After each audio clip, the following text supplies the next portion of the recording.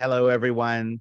Today, I'm delighted to welcome Ari Offgang to the show. Ari is the principal of his architectural firm, Offgang, which is a New York City area-based firm that is quite involved in supportive and inclusionary housing. And I want to welcome him to the show. Thank you very much, Stephen. Glad to be here. So, Ari, perhaps we could start by you telling me a little bit about your company. Sure. We are a 50-person design firm focused on architectural design, in-house engineering, and also sustainability.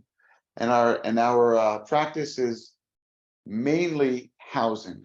So all different types of housing: affordable housing, workforce housing, supportive housing, hotels, dormitories, and occasionally we do luxury housing and luxury rental housing as well.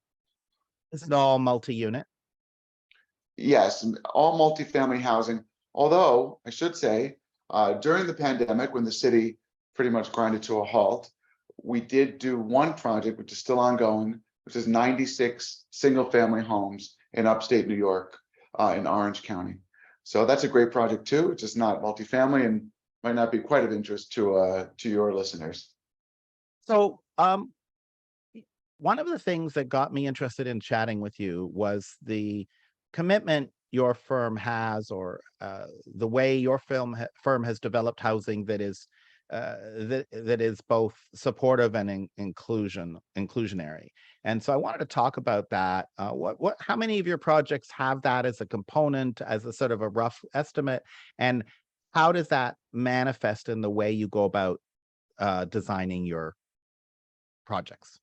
Well, New York City has some terrific rules in place for jobs that are subsidized. So if a project is affordable at any level, it should be receiving some amount of subsidy. And those subsidies require the inclusion of inclusionary housing, which would be low-income housing, or supportive housing. So almost every project we do that is subsidized has some component of supportive housing in it. It's very important in our view to really disperse those units within the building. There was a time when developers could buy out of that program in New York City with lower income housing certificates. Those no longer exist. So now the units are intermixed within the population of the building at large. So when we talk about them being intermixed, are we talking about units that have accessibility features, physical accessibility features, that where other units don't have them? Or are we talking about something else when you're talking about intermixed and not being in one specific part of the development? What do we mean by what is happening by separating things out, and what is someone getting by things being separated out? So intermixed, I mean the units are indistinguishable from the hallway from the units where someone who is not a supportive housing tenant is living. Now, within the apartment itself, there will be additional features. So in New York State, all of New York State, including New York City, every apartment has to be visitable and adaptable for someone with disabilities.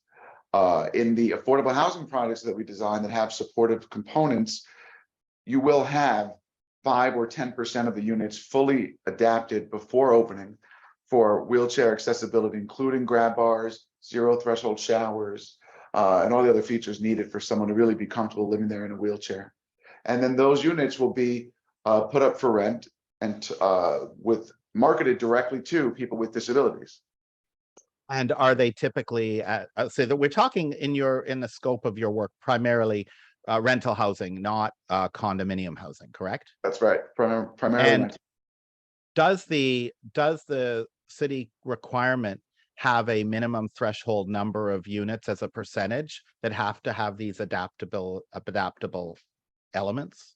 Yes, it's 5% is the minimum, but then certain subsidy programs, particularly if they're state funded, it's an advantage to go to 10% because it gives you points on the competitive process for financing. So is that what you've been doing on most of your projects, 10%? Yes, it's usually about 10%. Some senior projects, our clients will ask to do the entire building to be accessible, right? Knowing that people are going to be aging in place. And also we've come to a point now in design where we don't really feel the apartment has to be so institutional just because it's accessible. You know, we've researched materials and hardware and plumbing fixtures that could be beautiful and be you know, usable for anyone, even someone able-bodied who's not disabled. So there really isn't much of a downside to adapting more of these apartments before you open the building. I'd imagine it's much cheaper to adapt them before you open than do remodeling inside later on as a, Yes. you know. It is. Well, the issue isn't so much the remodeling. The problem is if you rent up a building on day one when you first open, and let's say you have an 100-unit building, 10 accessible units, but you only find 7 residents or potential residents who need accessible features, being in a wheelchair or some other form of disability. The other 3 units are going to be rented to an able-bodied person who's not disabled. Now, a year goes by or 2 years go by, and someone with a wheelchair wants an apartment. You don't have to move somebody. So a lot of times you do literally have to ask the person to change units to open up that accessible unit. So in our larger senior projects, it makes a lot of sense just to make them fully accessible. For the projects that are not fully accessible in all the units, the non-senior projects, is there any requirement that the units that are designed to be adaptable are that like how do you, I mean, can you reverse discriminate? Can you basically say, if I have 2 renters and one is a wheelchair user and the other one is not, or let me be more general, one of the persons is going to really appreciate the features and amenities of the supportive housing unit, and you have another renter equally qualified who is not. Can you favor, is it legal for you to favor the one who will appreciate the supportive housing? And are you involved in that side at all? I mean, this may be outside of your Right. bailiwick too. I mean, really, I don't know. From a fair housing perspective, I don't think you're allowed to discriminate on the basis of disability or ability, but I'm not sure if marketing may permit a preference, right? I know a lot of our projects have what's called a preference for certain community boards. So if we get zoning, you know, zoning entitlements that increase the size of a building compared to standard zoning, the local community board might say, give us a preference. So the preference just means that you go to that pool first. So in your example, I think what would happen is the management company would have a pool of people who are disabled, a wait list essentially, and try to bottom out that list before going to the other list. So Right, it's not that you would ever have one of each category applying for the apartment. If it is an accessible unit, they're going to go to their wait list for disabled people first. right, that makes sense. So is your firm unique in the development work it does in this area of supportive housing? I'd like to say yes, but really I think New York City has been very accommodating to all sorts of people with special needs just because the not-for-profit development community is robust. So almost half of our clients are not-for-profit developers. I And they're see. either developing buildings on their own or in partnership with one of our for-profit developers. So that just by its own nature will mean they're bringing people with some special need. Now, the special need might not be a physical need. We've done buildings for people who are aging with HIV, right? Such a niche. But we've done 3 buildings actually in Manhattan, small buildings for a not-for-profit whose only business it is to house people who are aging with HIV because of the advent of all these drugs. They're not new anymore, but cocktails and everything else. People can live a very long time. But you know, there's certain medical requirements. So that might be one not-for-profit client. We have other not-for-profit clients that deal specifically with formerly homeless, right? Specifically with mobility impaired. You know, Do you have any, I'm sorry. I'm sorry to interrupt. Do you have any that, and because I've interviewed some of these developers before, have you worked with any who are specifically serving clients on the autism spectrum? No, I haven't had the The chance reason to. I ask you is because there's an issue in that community around community.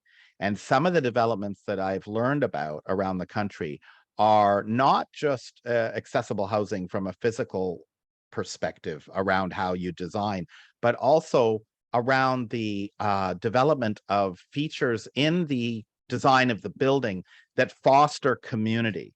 So, they would have a big community meeting room. They'd have maybe a yoga studio. They'll have a store that the people in the building run or work at. And they're very collaborative. And I'm just wondering if you had any exposure to those types of constructions and buildings. I haven't, but it sounds very interesting. I think anytime we work with a particular population, one of the greatest parts of the process is learning the needs, because it's never what you think it might be, right? Right.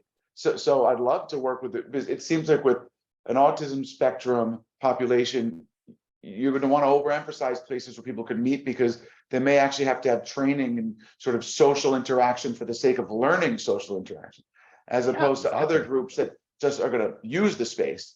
Right. So, that's very interesting. I haven't run into that though. So do you guys have opportunities to be outside of New York City or New York City area? You said most of your architectural efforts are based in the New York City area. Do you have an idea of growing or being bigger? Sure. I mean, we have projects almost all over New York State. We do have a couple of projects nationally, but they're not housing. Right now, we're working on a commercial facility in Austin, Texas, and we're hopefully going to be awarded soon a very big commercial facility in Florida. But we're looking to do more work. We feel that New York, because of the density, the way we're trying to pack units in, you learn certain things, and especially my firm having our foot in sort of two worlds of the market rate rental and the supportive and low income rental. One side always teaches the other, right? The market rate side has taught us ways of including features and amenities that people might not have thought of for affordable and supportive. Affordable and supportive has taught us ways of including accessibility, of course, but also economic decisions that need to be made on those projects we've used to enhance our market rate housing and make it more economical to build. So we feel that in New York, you learn a lot, and I'd love to do more work outside of this area. That's very interesting. Can you give me an example of how working with these nonprofit developers has educated your work with the for-profit developers? Well, I think that it's hard to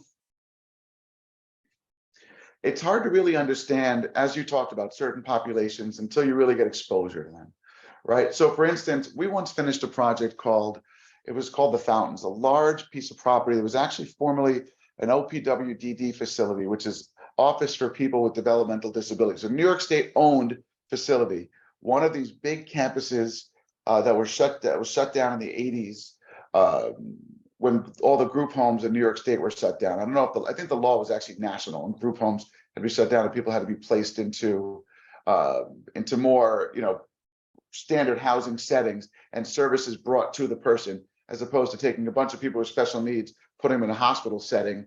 And so one of those facilities still existed in Brooklyn. It was empty, but the facility existed. So the state of New York issued an RFP to award the site to a private developer to build housing. And part of the requirement was to have a significant number of people with disabilities in that facility that had been dispersed around when the facility was closed. So I met one such gentleman. He came in, he had never lived in his own apartment that was above substandard housing, right? So he had lived in public housing, he had been homeless, he had lived in other supportive facilities that were state run. And he came to the apartment and he saw the thermostat on the wall, just a basic digital thermostat. And I was touring with him at the ribbon cutting, and he asked me what it was. It's a gentleman that might have been in his, I don't know, late 70s. And to see his face when I told him that he can control his own heat, Wow. he had never controlled his own heat in his life. The man in his Wow. life had never controlled his own heat. So for me, that opened my eyes. It was very touching. And he went around telling everyone at that ribbon cutting, at the party afterwards, that he's going to be able to control his own heat. He had never even known that that's something you can do. So those sorts of lessons, while they don't necessarily inform the way you deal with the population in the market rate housing, it just opened my eyes to really understand that I have to dig into, or we have to really dig into, what each potential resident would need in a building. So on the luxury side, New York's a very unique place, right? We designed a building on 35th Street, right near Javits Convention Center, near the Lincoln Tunnel, for those from New York. And some of the apartments were large, 2 bedrooms, 3-bedroom apartments, but there was no intention of marketing to families. So I started meeting with the broker, understanding who are these residents, and the residents were almost going to exclusively be students from NYU or other colleges in New York City who were international and who didn't want to live in dorms. So now, so if you understand that, you understand who's coming. So you're going to have 3 unrelated students in a 3-bedroom apartment. So now what are the important things? You're not going to do things like build 1 master bedroom with an ensuite bathroom and 2 bedrooms that have a hall bathroom, right? Because you have 3, they don't want to pay the same rent. So it's either going to be 3 en-suites or 2 hall bathrooms and 3 private bedrooms. Now, from that information, I was also able to deduce I probably don't need huge kitchens. We built very small kitchens, just enough to warm up takeout or whatever, because they're going to be in school all day and most likely going out at night. So that's really one thing that we learned was, hey, you have to really dig into who's going to be there. Other things have to do with, you know, the way we interact with the buildings as people, right? So that's something that over the years, before we really got into more high design work, we had to find gratification in small elements of design, choosing the right lever for the door, choosing the right refrigerator, choosing the right flooring. So different things that we take for granted, but really affect people's everyday life. So we learned how to choose those things on the low-income housing side in a way that's economical, but still very functional and attractive. And then we were able to translate those selections into the market rate side to save money. Wow. So when you're working to build big multi-unit projects that have an accessible and an affordable and a supportive component and an inclusionary component, what are some of the challenges in today's environment that you're coming up against that are that keep you awake at night, maybe? I could tell you that some of them, there have been challenges. When New York first introduced inclusionary housing, there had been challenges. I remember I once met with a commissioner from the Department of Buildings who was touring a building called Mercedes House, huge luxury, I didn't design it, a huge luxury housing project on the west side of Manhattan overlooking the river.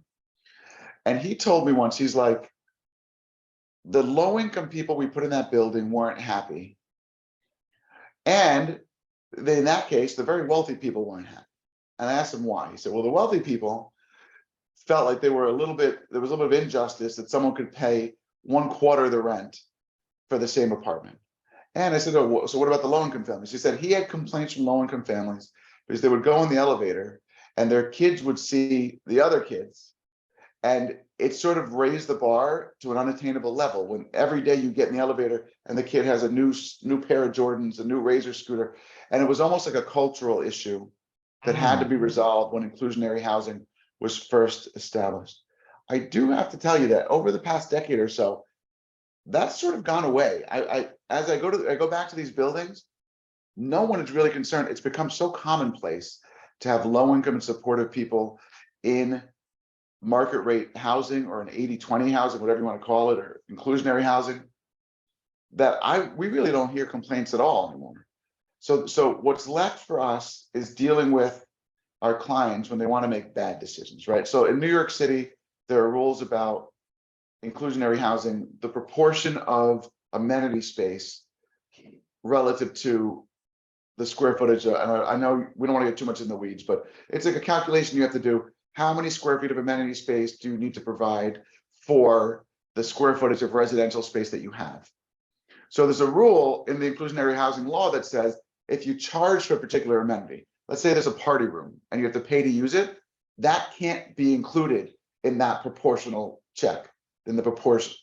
So our clients sometimes will forget these rules, and that's a challenge, right? They say, okay, well, why don't we do a screening room and I can charge people to use the screening room? We have to explain to them, okay, you could do that, but you're going to end up with more low income square footage in the building to make up the difference because you're not allowed to have rooms that you charge for. And then, so the idea then became, well, why don't we just give the rooms for free to the people in the low income apartments? And that's not permitted either. The amenity has to be open for everyone because you don't then want to be in a situation where someone who's in the low income apartment gets the gym for free, someone else pays $30 a month for the gym, and that could also affect the cultural. You can have a cultural problem in the building. So those are the things that we really are up against now. From a design perspective, everything's been really sort of smoothed out. We used to be able to do things like different appliances as long as the colors are the same, different counters as long as, now that's all gone over. I mean, that's not even law. That's just something in-house in our office that we determined. There were so many mistakes being made, the wrong kitchens being installed in the wrong apartments, you know, so we just do everything the same. And over the years, the clients have become accustomed to it. And now it's just what we do. It doesn't matter if it's a low-income apartment, supportive or market rate, they're appointed the same way.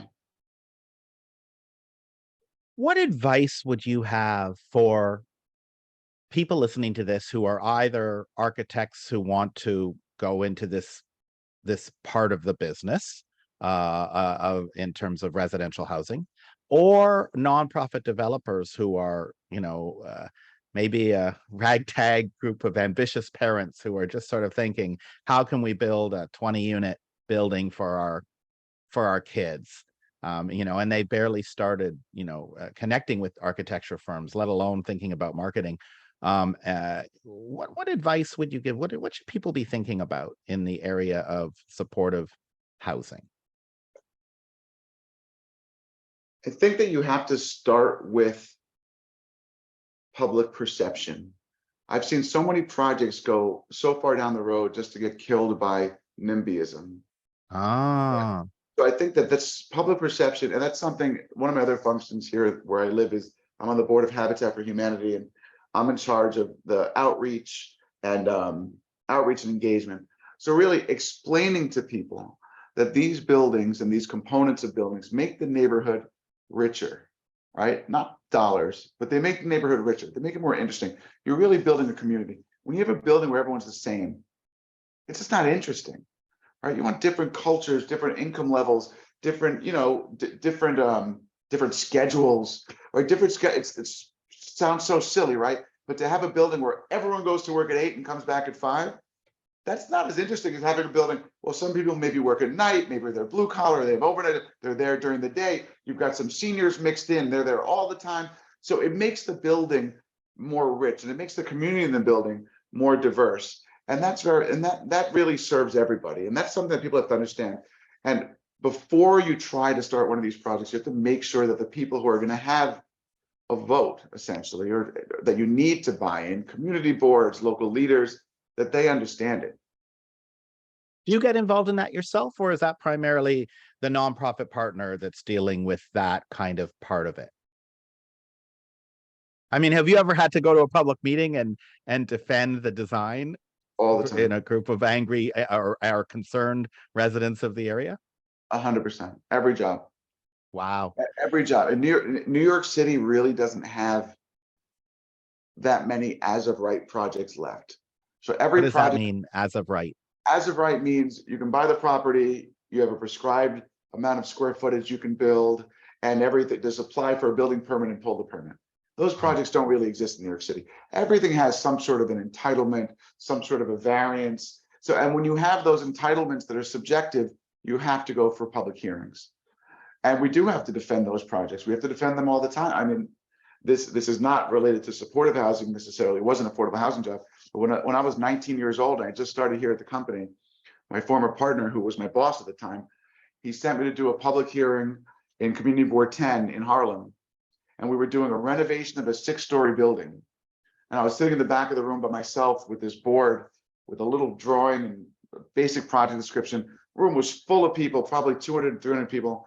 And before me, the previous item on the agenda was a huge high-rise building, big glass skyscraper. And all these lawyers and fancy guys were up there presenting. And they presented this project, and a little lady, older lady, stands up and she says, "I live behind that building. I think your tower is going to block the wind and my laundry's not going to dry." And the room erupted. Her laundry's not going to dry. I'm not kidding, Stephen. They yelled him out of there. They packed up their fancy renderings and they skedaddled. And I was next. And I'm next. And all I have is a little board. So I go up with myself. I'm literally 19 years old. I was a sophomore in college. The firm was tiny. He sent me by myself.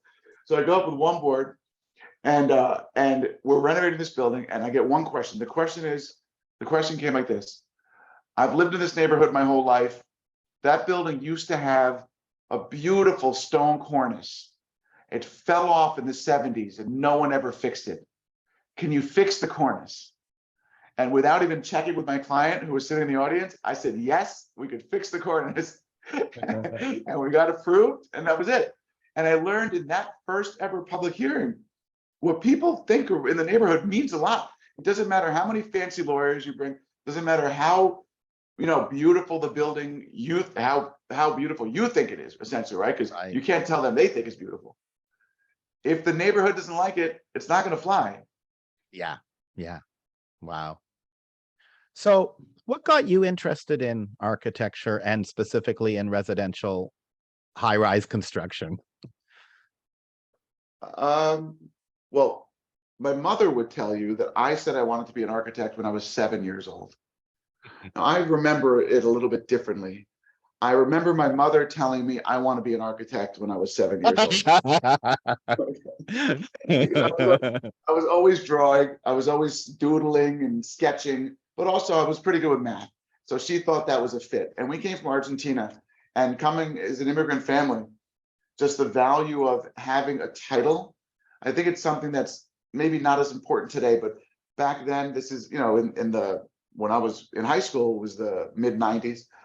And my family just kept telling me, make sure you don't stop until you have a title. It's so important to have a title, because then no matter what happens, at least you have a title. And they didn't say you have to be a doctor. My mother pushed architecture on me, but they really insisted that it was important to have a trade, have some sort of thing that you know how to do. No matter where you are, you could still do that thing. So that's how I ended up becoming an architect. And housing has always been a love of mine. I grew up, I was actually, when we first moved here from Argentina, we lived in public housing. And my parents were so unaccustomed to the American system, they didn't even know it was public housing. They went into the management office. I mean, until years later, we didn't know it was public. We went into the management office. They had to show how much money they made. We were pretty, lower middle class. So they qualified from an income perspective for the building. And we got an apartment in the building. And we lived there until, I don't know, probably about 10 years, until the building came out of the program, went co-op, and then we had to leave and we moved to a different apartment. Years and years later, a client of mine called me that he might be buying this co-op that used to be subsidized housing and turning it back into rental housing. And it was 101 Kennedy Drive. It was the building that I grew up in when I was a little kid. Wow. And I called my mom, like, Mom, did you know that we lived in affordable housing? She said, we didn't know. We just knew that we had to tell them how much money we made. And we just got the apartment. Mm. And that community in that building was really like, that's what got us on our feet. That's my mom's first friend. We met in the elevator. We're still friends with her kids, and she's still like this. And so housing has always been very important to me, but also almost more important than that, in my experience there in that building, I've always felt that, you can touch somebody with housing every single day. Now it might be more glamorous to build airports and to build, convention centers and museums, right? But if you give someone a great experience in the place where they live, that really has a greater effect on their lifestyle than going to some beautiful museum once every 10 years. And as much as housing in the past, now not as much, but housing in the past was sort of considered like, I hope the divorce lawyers will forgive me, but the divorce law of architecture, right? If you were really a designer, you didn't go into housing. You went into bigger things, competitions and museums and all this sort of thing. But I feel that, we built a great culture of my firm, and we take it seriously, and we know the importance of it. And now over the years, I've seen big firms start to come into what we do, right? You would never see, we're seeing big firms, Vignoli and Perkins Eastman, all these sorts of firms really get into housing. And before, like, you would never see them try to do housing. They're going after competitions for waterfronts and big commercial projects.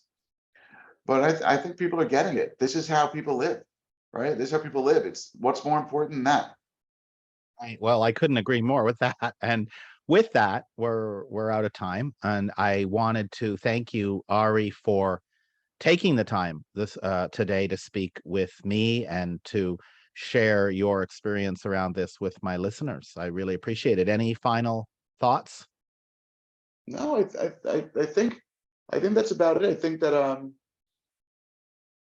I mean, maybe your listeners just need to always remember to interact with their potential residents, right? That's so important to understand needs, particularly in the supportive and accessible communities. You never know what people need, right? We have guidelines that you could follow, and those are great, but the guidelines are just, the average.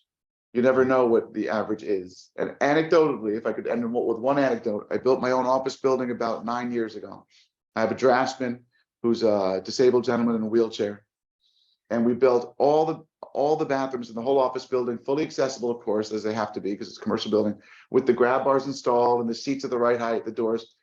And he came over to me after he opened the building and he goes, in the bathroom that's nearest to where I'm going to be working, can you put another set of grab bars 2 inches lower? He's like, because I know you put them at the right height, but for me, it's more comfortable 2 inches lower. So if only I'd asked him before, because he's an athletic guy, he's a young guy.